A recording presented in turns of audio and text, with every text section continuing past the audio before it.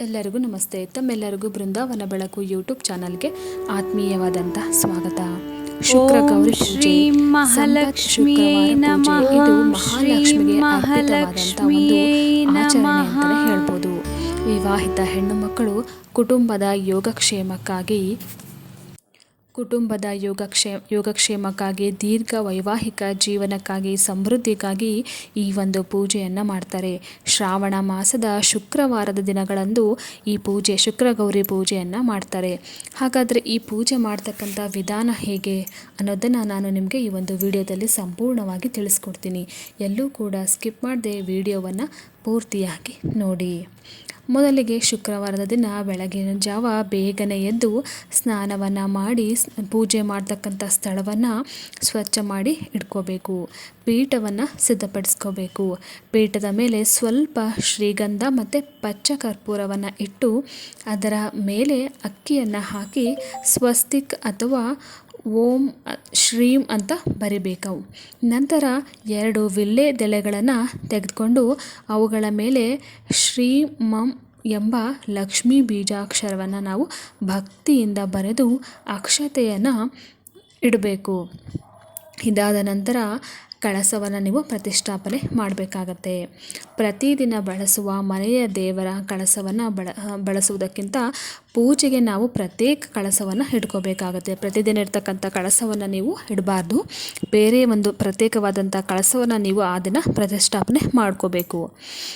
ಈಗಾಗಲೇ ಮನೆಯಲ್ಲಿ ಲಕ್ಷ್ಮೀ ಕಳಸ ಇದ್ದರೆ ಮನೆಯ ಸಂಪ್ರದಾಯದಂತೆ ನೀವು ಮನೆಯಲ್ಲಿ ಅದನ್ನೇ ನೀವು ಬಳಸ್ಕೋಬೇಕು. ಕಳಸಕ್ಕೆ ಮೊದಲು ಅರಿಶಿಣ ಮತ್ತು ಕುಂಕುಮವನ್ನು ಹಚ್ಚಬೇಕು. ನಂತರ ಕಳಸದ ಒಳಗೆ ಶ್ರೀಗಂಧ, ಅರಿಶಿಣ, ಕುಂಕುಮ, ಗಂಗಾಜಲ ಅಥವಾ ಶುದ್ಧ ನೀರು, ಸಾಧ್ಯ ಇದ್ದರೆ ರೋಸ್ ವಾಟರ್ ಸ್ವಲ್ಪ ಅಥವಾ ಗೋಮೂತ್ರ, 1 ಅರಿಶಿಣದ ಕೊಂಬು, ಹಾಗೆ 1 ಅಡಿಕೆ, ಹಾಗೆ 2 ಏಲಕ್ಕಿ, ಸ್ವಲ್ಪ ಪಚ್ಚ ಕರ್ಪೂರ ಮತ್ತು ಜಾವಾದ್ ಪುಡಿ ಇತ್ಯಾದಿಗಳನ್ನು ನೀವು ನಿಮ್ಮ ಮನೆಯ ಸಂಪ್ರದಾಯದಂತೆ ಹಾಕಬೇಕಾಗತ್ತೆ. ಇಲ್ಲಿ ಮುಖ್ಯವಾಗಿ ನಿಮ್ಮ ಮನೆಯ ಆಚರಣೆ ನಂಬಿಕೆಗೆ ಅನುಗುಣವಾಗಿ ನೀವು ವಸ್ತುಗಳನ್ನು ಬಳಸಬೇಕು. ಕಳಸಕ್ಕೆ ಕಂಕಣವನ್ನು ಕಟ್ಟಿ ನಂತರ ಕಳಸದ ಮೇಲೆ ಮಾವಿನ ಎಲೆಗಳನ್ನು ಇಡಬೇಕು. ಮಾವಿನ ಎಲೆಗಳು ಸಿಗದೇ ಇದ್ದರೆ ಶುದ್ಧವಾದಂಥ ವಿಳ್ಯೆದೆಲೆಗಳನ್ನು ನೀವು ಬಳಸಬೇಕು. ಹಾಗೆ ತೆಂಗಿನಕಾಯಿಯನ್ನು ಸ್ವಚ್ಛವಾಗಿ ತೊಳೆದು ಅರಿಶಿಣದಿಂದ ಅದಕ್ಕೆ ನೀಟ್ ಅಲಂಕಾರವನ್ನು ಮಾಡಿ ಕಳಸವನ್ನು ಪ್ರತಿಷ್ಠಾಪನೆ ಮಾಡಬೇಕು. ಕಳಸವನ್ನು ಪ್ರತಿಷ್ಠಾಪನೆ ಮಾಡಿದ ನಂತರ ನೀವು ಮಂತ್ರವನ್ನು ಹೇಳ್ಕೋಬೇಕು, ಪ್ರಾರ್ಥನೆಯನ್ನು ಮಾಡ್ಕೋಬೇಕು. ನಂತರ ಕಳಸದ ಮೇಲೆ ಅಕ್ಷತೆ, ಹೂಗಳನ್ನು ಅರ್ಪಿಸಬೇಕು. ಹಾಗೆ 1 ನಾಣ್ಯವನ್ನು ಇಡಬೇಕು. 5 ವಿಳ್ಯೆದೆಲೆಗಳನ್ನು ಇಟ್ಟು ಶ್ರೀ ಕಲಶಾತ್ಮಕ ಸಕಲ ದೇವತಾಭ್ಯೋ ನಮಃ ಅಂತ ಹೇಳಿಬಿಟ್ಟು ಶ್ರೀಗಂಧ, ಅಕ್ಷತೆ, ಪುಷ್ಪಗಳನ್ನು ಸಮರ್ಪಿಸಬೇಕು. ಪ್ರತಿ ವಾರ ಪೂಜೆ ಮಾಡುವಾಗ ತೆಂಗಿನಕಾಯಿಯನ್ನು ಹೊಸದಾಗಿ ನೀವು ಇಡುವುದು ಉತ್ತಮ. ನಿಮ್ಮ ಮನೆ ಆಚರಣೆ ಮುಖಾಂತರ ಮಾಡಬೇಕಾಗತ್ತೆ. ಇಲ್ಲ ನಾವು ಒಂದೇ ತೆಂಗಿನಕಾಯಿನ ಬಳಸ್ತೀವಿ ಅಂತಂದರೆ ನೀವು ಅದನ್ನೇ ಕೂಡ ಮಾಡ್ಕೋಬೋದು. ಅದೇ ಅರಿಶಿಣ ಕೊಂಬು, ಅದೇ ಅಡಿಕೆಯನ್ನು ಕೂಡ ಯೂಸ್ ಮಾಡ್ಬೋದು. ನಂತರ ಶುಕ್ರ ಗೌರಿ ಅಮ್ಮನವರ ಅಲಂಕಾರವನ್ನು ಮಾಡಬೇಕು. ಅಮ್ಮನವರಿಗೆ ಮಾಂಗಲ್ಯ, ಗೆಜ್ಜೆ ವಸ್ತ್ರ ಮತ್ತು ಮುಖವನ್ನು, ನಿಮ್ಮ ಬೆಳ್ಳಿ ಮುಖವನ್ನು ಇದ್ದರೆ ಕೂಡ ನೀವು ಹಾಕಿ ಅಲಂಕಾರವನ್ನು ಮಾಡಬೇಕು. ನಿಮ್ಮ ಮನೆಯಲ್ಲಿರ್ತಕ್ಕಂಥ ಬಂಗಾರವನ್ನು ಭಕ್ತಿಯಿಂದ ಅಮ್ಮನವರ ಬಳಿ ಇಟ್ಟು ಪೂಜೆಯನ್ನು ಮಾಡಬೇಕು. ದೊಡ್ಡ ದೊಡ್ಡ ಆಭರಣ ಬೇಕು ಅಂತ ಏನಿರೋದಿಲ್ಲ. ಚಿಕ್ಕದಾಗಿರ್ತಕ್ಕಂಥ ಕಿವಿ ಓಲೆ, ಉಂಗುರಗಳು, ಈ ಥರ ಚಿಕ್ಕ ಚಿಕ್ಕ ಆಭರಣಗಳನ್ನು ಕೂಡ ನೀವು ಭಕ್ತಿಯಿಂದ ಅರ್ಪಿಸಬಹುದು. ಲಕ್ಷ್ಮೀ ದೇವಿ ವಿಗ್ರಹ ಮತ್ತು ಗಣಪತಿ ವಿಗ್ರಹಗಳನ್ನು ಇಟ್ಟು ಪೂಜೆಯನ್ನು ಮಾಡಬೇಕು. ಸಾಧ್ಯವಿದ್ದರೆ ನಿಮ್ಮ ಮನೆಯಲ್ಲಿ ವಿಗ್ರಹಗಳಿದ್ದರೆ ಪಂಚಾಮೃತ ಅಭಿಷೇಕವನ್ನು ಮಾಡಿ ಸ್ವಚ್ಛವಾದ ಬಟ್ಟೆಯಿಂದ ಒರೆಸಿ ಅಲಂಕಾರವನ್ನು ಮಾಡಿ ಪೀಠದ ಮೇಲೆ ಪ್ರತಿಷ್ಠಾಪನೆ ಮಾಡಬೇಕಾಗತ್ತೆ. ಯಾವುದೇ ಪೂಜೆ ಪ್ರಾರಂಭ ಮಾಡೋದಕ್ಕೂ ಮೊದಲು ನೀವು ಗಣಪತಿಯನ್ನು ಸ್ಮರಿಸಬೇಕು. ಗಣಪತಿ ಮತ್ತು ಕುಲದೇವರು, ಮನೆಯ ದೇವರನ್ನು ನೀವು ಭಕ್ತಿಯಿಂದ ಪ್ರಾರ್ಥಿಸಿ ನಾವು ಮಾಡ್ತಕ್ಕಂಥ ಪೂಜೆಗೆ ಫಲವನ್ನು ಸಿಗೋ ಹಾಗೆ ಮಾಡೋ, ಯಾವುದೇ ರೀತಿಯ ತೊಂದರೆ ಇಲ್ಲದೆ ಈ ಒಂದು ಪೂಜೆ ಸರಾಗವಾಗಿ ನೆರವೇರೋ ಹಾಗೆ ಮಾಡು ಅಂತ ನೀವು ಭಕ್ತಿಯಿಂದ ಕೇಳ್ಕೋಬೇಕು. ನಂತರ ನೀವು ಶುಕ್ರಗೌರಿ ಪೂಜೆಯನ್ನು ಪ್ರಾರಂಭ ಮಾಡಬೇಕು. ಶುಕ್ರಗೌರಿ ದೇವಿಯನ್ನು ಸ್ಥಾಪಿಸುವಂಥ ಸಂದರ್ಭದಲ್ಲಿ ನೀವು ಮಂತ್ರವನ್ನು ಹೇಳ್ಕೋಬೇಕು.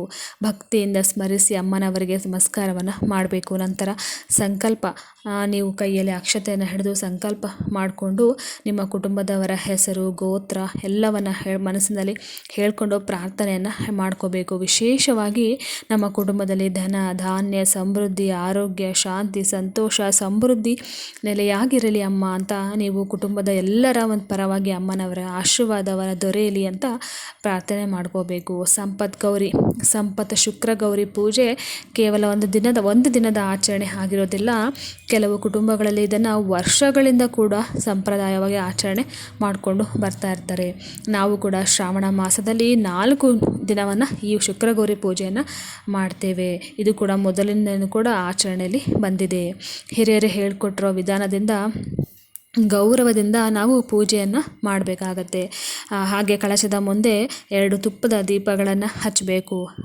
ದೀಪಗಳನ್ನು ಸ್ವಚ್ಛವಾಗಿ ಒರೆಸಿ ಇಟ್ಟು ತುಪ್ಪವನ್ನು ಹಾಕಿ ಬತ್ತಿಯನ್ನು ಹಾಕಿ ದೇವರ ಮುಂದೆ ಬೆಳಗಿಸ್ಬೇಕು.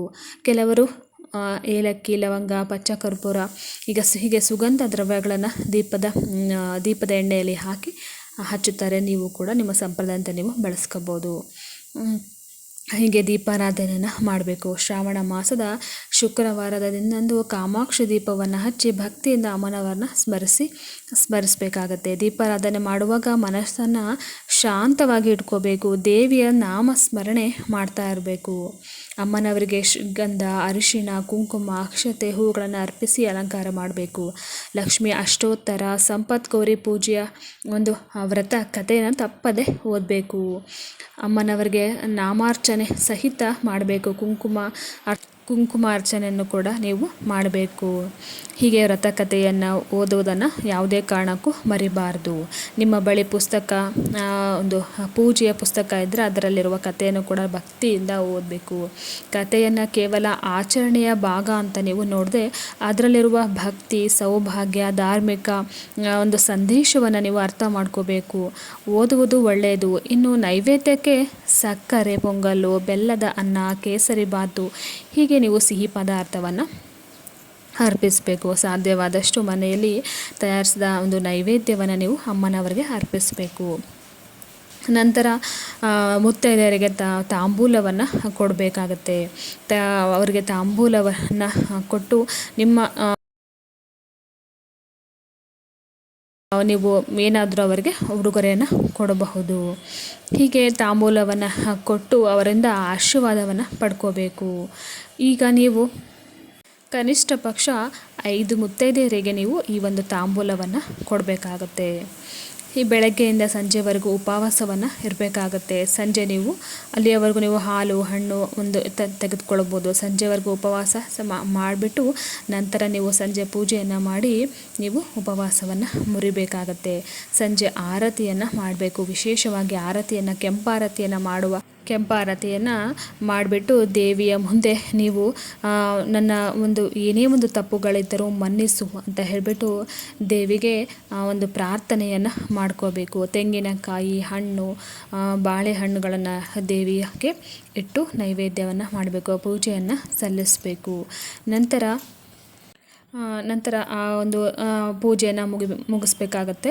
ವಿಸರ್ಜನೆ ಯಾವಾಗ ಮಾಡಬೇಕು? ಕೆಲವರು ಶುಕ್ರವಾರದ ಪೂಜೆ ಮುಗಿದ ತಕ್ಷಣ ಕಲಸವನ್ನು ಕದಲಿಸೋದಿಲ್ಲ. ಶ್ರಾವಣ ಶನಿವಾರ ಪೂಜೆ ಇರೋದ್ರಿಂದ ಭಾನುವಾರ ಕಳಸವನ್ನು ವಿಸರ್ಜನೆ ಮಾಡ್ತಾರೆ. ನಿಮ್ಮ ಅನುಕೂಲಕ್ಕೆ ತಕ್ಕಂತೆ ನೀವು ನಿಮ್ಮ ಕುಟುಂಬಗಳಲ್ಲಿ ಯಾವ ರೀತಿ ಆಚರಣೆ ಇರುತ್ತೆ ಆ ರೀತಿ ನೀವು ಕಳಸವನ್ನು ವಿಸರ್ಜನೆ ಮಾಡಬೇಕು. ಮನೆಯಲ್ಲಿ ಚಿಕ್ಕ ಮಕ್ಕಳಿಗೆ ಕೈಗೆ ಯಾವುದೇ ಕಾರಣಕ್ಕೂ ಚಿಕ್ಕ ಮಕ್ಕಳಿದ್ದರೆ ಜಾಗೃತವಾಗಿ ನೀವು ನೋಡ್ಕೋಬೇಕಾಗತ್ತೆ. ಈ ರೀತಿ ಪೂಜೆಯನ್ನು ನೀವು ಶುಕ್ರಗೌರಿ ಪೂಜೆಯನ್ನು ಮಾಡೋದ್ರಿಂದ ನಿಮ್ಮ ಮನೆಯಲ್ಲಿ ದೇವಿ ಅಷ್ಟೈಶ್ವರ್ಯಗಳನ್ನು ಕೊಡ್ತಾಳೆ. ಅವಳ ಆಶೀರ್ವಾದ ಸದಾ ನಿಮ್ಮ ಕುಟುಂಬದ ಮೇಲೆ ಇರುತ್ತೆ. ನೀವು ಏನೇ ಒಂದು ಪ್ರಾರ್ಥನೆ ಮಾಡಿದರೂ ಕೂಡ ನೆರವೇರುತ್ತೆ. ಧನ್ಯವಾದಗಳು.